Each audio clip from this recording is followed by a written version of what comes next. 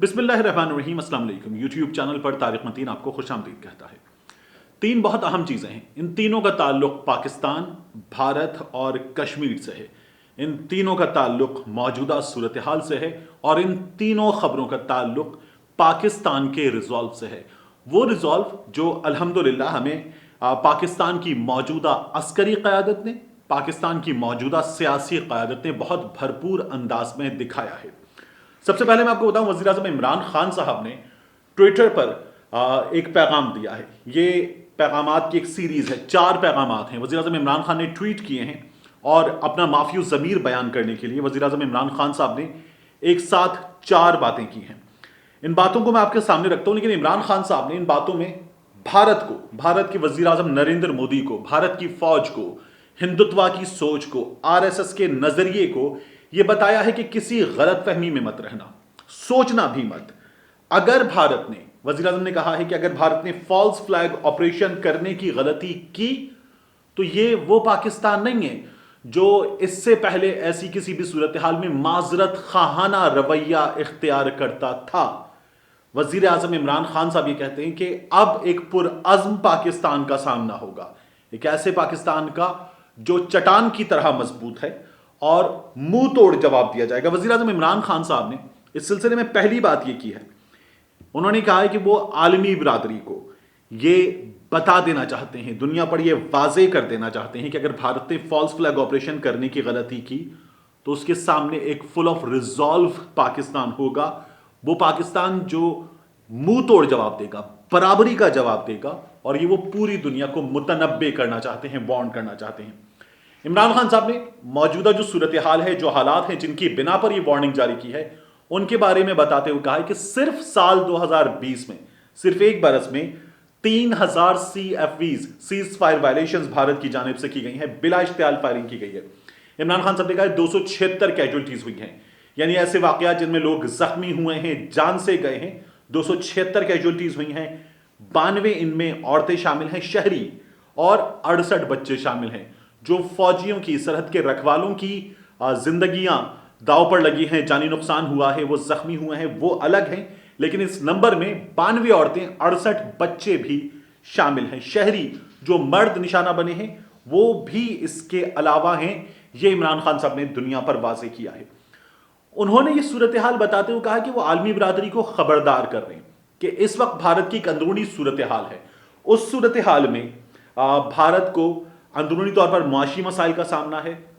اور پھر ایسی تحریکوں کا سامنا ہے جن میں بھارت کی سٹیٹ جو ہے اس سے ناراض عناصر سامنے ہیں، کسانوں کے احتجاج کا سامنا ہے، کووڈ-19 کی مس ہینڈلنگ کا سامنا ہے، اور ان تمام تر مسائل سے توجہ ہٹانے کے لیے نریندر مودی، بھارت کی فوج، اجیت دوول، یہ سب پاکستان کے خلاف ایک فالس فلیگ آپریشن کر سکتے ہیں۔ فالس فلیگ آپریشن توجہ ہٹائے گا ان تمام تر مسائل سے۔ اور پھر یہ جو اقوام متحدہ کی گاڑیوں پر فائرنگ ہوئی ہے، اس فائرنگ کے حوالے سے وزیر اعظم عمران خان صاحب نے دنیا پر یہ تمام چیزیں اس ایک سیریز میں واضح کی ہیں۔ انہوں نے کہا ہے کہ عالمی قوانین کی مکمل خلاف ورزی کی گئی ہے۔ United nations military observers group in India and Pakistan, UNMOGIP، اس کی گاڑیوں پر فائرنگ کی گئی۔ حالانکہ ان گاڑیوں پر UN جو لوگو ہے وہ بڑا کلیئرلی مارک ہوتا ہے، ان پر جو اقوام متحدہ کا پرچم ہے، جو جھنڈا ہے، وہ لہرا رہا ہوتا ہے، اور اس کے باوجود بھی یہ کیا گیا ہے۔ یہ رویہ جو ہے یہ ظاہر کرتا ہے کہ نریندر مودی کی حکومت، بھارت کی موجودہ حکومت، عالمی قوانین کو جوتے کی نوک پر رکھتی ہے اور دنیا کو اس کا نوٹس لینا ہوگا۔ یہ وزیر اعظم عمران خان صاحب نے واضح کیا ہے۔ عمران خان صاحب نے جو ٹویٹ کیا، ان میں پہلا ٹویٹ اور اس سلسلے کا جو آخری ٹویٹ ہے وہ بہت زیادہ اہم ہے۔ اس سلسلے میں پہلے ٹویٹ میں عمران خان صاحب کہتے ہیں، in complete violation of international law, India's deliberate firing at LOC on UNMOGIP, that is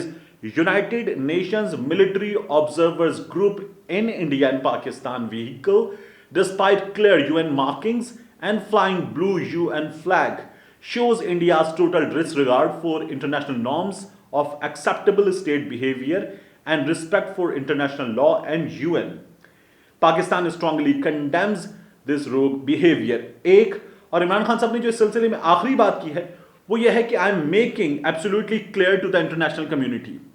عالمی برادری پر میں یہ مکمل طور پر واضح کر دینا چاہتا ہوں that if India was to be reckless enough to conduct a false flag operation against Pakistan، کہ اگر بھارت نے پاکستان کے خلاف فالس فلیگ آپریشن کرنے کی غلطی کی، it would confront a strong national Pakistani resolve، تو اس کو سامنا ہوگا ایک اسٹرانگ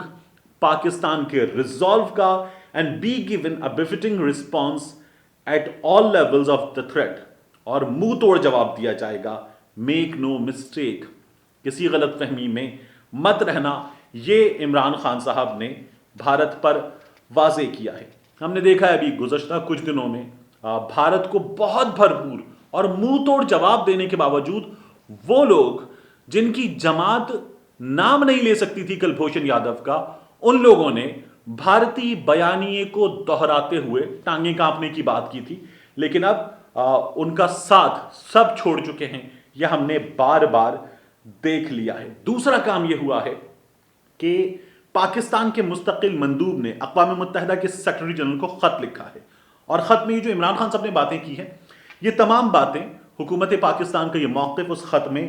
واضح کیا گیا ہے، اور کہا ہے کہ اقوام متحدہ اس تمام تر صورتحال کا نوٹس لے اور انڈیا کو اس کی اس غلطی کے لیے آنسربل کرے۔ تیسری جو چیز ہے وہ بہت اہم ہے۔ آزاد کشمیر کے صدر ہیں مسعود خان صاحب نے ایک سٹیٹمنٹ میں کہا ہے، اور یہ سٹیٹمنٹ اب بھارتی میڈیا پر جگہ پا رہا ہے اور اس پر بہت زیادہ واویلا ہے بھارتی میڈیا میں۔ مسعود خان صاحب نے کہا ہے کہ بھارت مقبوضہ کشمیر میں جو آبادی کی جس طرح سے اس کی تقسیم ہے، اس تقسیم کو تبدیل کرنے کی کوشش کر رہا ہے۔ یہ وہ خدشہ، وہ دھڑکا ہے جو اقوام متحدہ میں عمران خان صاحب نے واضح کیا تھا، جو عمران خان صاحب نے مودی کے 5 اگست کے اقدام کے بعد فوری طور پر واضح کیا تھا، اور انہوں نے کہا تھا کہ بھارت مقبوضہ کشمیر میں جو آبادی کی تقسیم ہے اس کو تبدیل کرنے کی کوشش کرے گا۔ مقبوضہ کشمیر میں مسلمان بہت بڑی تعداد میں آباد ہیں، برائے نام وہاں پر دیگر اقوام ہیں، اور عمران خان صاحب نے یہ کہا تھا کہ اب یہ کریں گے کہ یہ وہاں پر ہندوؤں کو لا کر باقی بھارت سے آباد کریں گے، اور اس کے ذریعے وہاں جو مسلم اکثریت ہے اسے اقلیت میں گریجولی بدلنے کی کوشش کی جائے گی۔ تو یہ عمران خان صاحب نے واضح کیا تھا، یہی ہوا ہے، اور مسعود خان صاحب نے سلسلے میں سٹیٹمنٹ دیا ہے۔ انہوں نے کہا ہے کہ سیٹلمنٹ کیمپس بنا رہا ہے بھارت، اور مسلم اکثریت کو تبدیل کرنے کی کوشش کی جا رہی ہے۔ بڈگام کے علاقے میں 200 کنال زمین جو ہے وہ اس سلسلے میں مارک کی گئی ہے۔ سابق بھارتی فوجیوں کو یہ زمین جو ہے وہ الاٹ کی جائے گی اور ایک کالونی بنے گی۔ مسعود خان صاحب نے کہا ہے کہ جو فرسٹ سینک کالونی ہے، یہ فرسٹ سینک کالونی جو ہے وہ آبادی تقسیم کرنے کی کوشش ہے، اور انہوں نے کہا ہے کہ یہ کوشش ایسی ہے کہ مقبوضہ کشمیر کے لوگوں کا قتل کرنے والوں کو یہاں آباد کیا جائے گا، جو قاتل ہیں انہیں مقتولین کے سروں پر گھر بنا کر دیے جائیں گے۔ یہ فرسٹ سینک کالونی ہے، مزید سینک کالونیاں جو حکومت ہے وہ بنائے گی۔ آپ کو یاد ہوگا 5 اگست کے اقدام کے بعد بھارت میں ایسے بے شرم اور بے حیا قسم کے سیاستدان ہیں نریندر مودی کی سیاسی جماعت میں، جنہوں نے ایسے بے غیرت قسم کے بیانات دیے تھے کہ تیار ہو جاؤ، کشمیر کی گوری ناریوں سے تمہارے وواہ ہوں گے۔ یہ اس طرح کی حرکتوں کا آغاز ہے، اور یہ فرسٹ سینک کالونی جو ہے بنائی جا رہی ہے۔ دا پرنٹ نے بھی یہ خبر کچھ دن پہلے دی تھی، اور اس خبر کو جو ہے وہاں پر آفیشلز کے حوالے سے اس طرح کے بیانات کے ساتھ دیا گیا تھا کہ یہ وہ فوجی ہوں گے جو نیٹو ہوں گے، لیکن یہ خدشہ ظاہر کیا جا رہا ہے مقامی آبادی کی جانب سے کہ یہاں جو ہے اب قاتل لا کر آباد کیے جائیں گے۔ سید علی گیلانی صاحب ماضی میں ایسے خدشات ظاہر کر چکے ہیں، بزرگ حریت رہنما، اور انہوں نے ایسی کوششوں کو ریزسٹ بھی کیا ہے، لیکن اب یہ کوشش جو ہے وہ تیز ہوئی ہے، اور اس برس اکتوبر سے اس میں خاصی تیزی آئی ہے، اس پر کام کا آغاز کر دیا گیا ہے۔ یہ وہ صورتحال ہے جس کا ہمیں سامنا ہے، اور اس صورتحال میں جو پاکستانی اندرونی سیاست ہے وہ آپ کو بتا رہی ہے کہ ہم کن مسائل کا سامنا کر رہے ہیں، اور ہمارے سیاستدان کن خطوط پر اپنی سیاست کر رہے ہیں۔ ملتے ہیں آپ سے اگلی ویڈیو۔